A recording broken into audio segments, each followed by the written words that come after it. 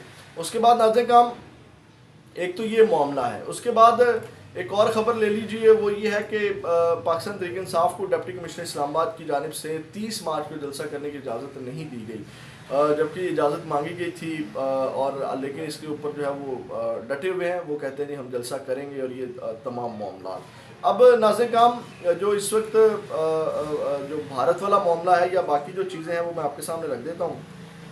سب سے پہلے علیم خان صاحب والا معاملہ آپ کے سامنے رکھ دیتا ہوں.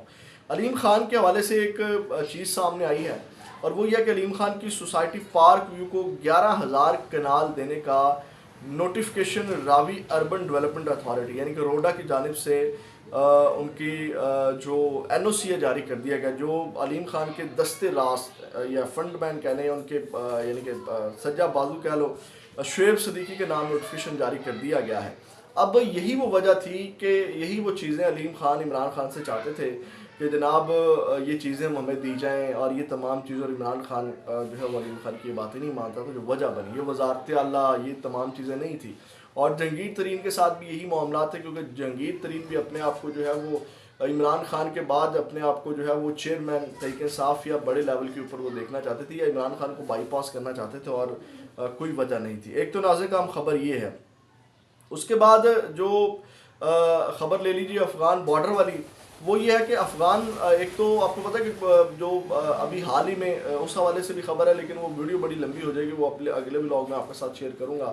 ایک ویڈیو وائرل ہو رہی ہے افغان کے اندر سے، جو ٹی ٹی یعنی کہ جو تحریک طالبان افغانستان ہے، ان کی ایک ویڈیو وائرل ہو رہی ہے جو وہ پاکستان کے خلاف سیکورٹی فورسز کے اوپر حملہ کرنے کے حوالے سے تیاری کر رہے ہیں. لیکن وہ ویڈیو لمبی ہو جائے گی. لیکن آج پاک افغان بارڈرز تورخم کے اوپر جو واقعہ پیش آیا وہ 2 طرح رپورٹ کیا جا رہا ہے، وہ میں آپ کے سامنے رکھ دیتا ہوں. ایک تو یہ ہے کہ پاکستان اور افغانستان کے درمیان تورخم دروازے سے مسافروں کی آمد و رفت عارضی طور پر متاثر. تورخم میں ذرائع کا کہنا ہے کہ امیگریشن سیکشن میں ایف آئی اے اور ایف سی اہلکاروں کے درمیان ہاتھا پائی جو ہے وہ ہوئی ہے اور کئی اہلکار جو ہیں وہ زخمی ہوئے ہیں. اچھا، اب یہ معاملہ جو ہے وہ ایف سی اور جو امیگریشن کا عملہ ہے، ایف آئی اے اور ایف سی کے درمیان جو یہ جھگڑا ہوا ہے، اب یہ جھگڑا یہ ہے کہ جناب وہاں پہ یعنی کہ موقف جو ہے کہ سرحد کے تحفظ کی ذمہ داری ایف سی اہلکاروں کی ہے، سیکورٹی کی خاطر مسافروں کی دستاویزات چیک کرنا ان کا حق ہے، جبکہ ایف آئی اے کے ذرائع کا کہنا ہے کہ تورخم 0 پوائنٹ پر ایف سی اہلکار مسافروں کی سفری دستاویزات چیک کر سکتے ہیں. تاہم ایف سی عملہ امیگریشن سیکشن کے اندر ڈیوٹی انجام نہیں دے سکتے. یہ یعنی کہ ان کی لڑائی ہے. لیکن اصل جو حامد میر نے خبر دی ہے وہ یہ ہے، حامد میر نے ٹویٹ کیا ہے کہ ویڈیو وائرل ہو رہی ہے جہاں پہ مار دھاڑ یہ وہ سارے سنگین صورتحال وہ شروع کیے گئے. انہوں نے کہا کہ رشوت میں حصہ کیوں نہیں دیتے. رمضان کے مہینے میں تورخم بارڈر پر ایف آئی اے اور ایف سی والے آپس میں لڑ پڑے کیونکہ امیگریشن والے ایف سی کو حصہ نہیں دیتے.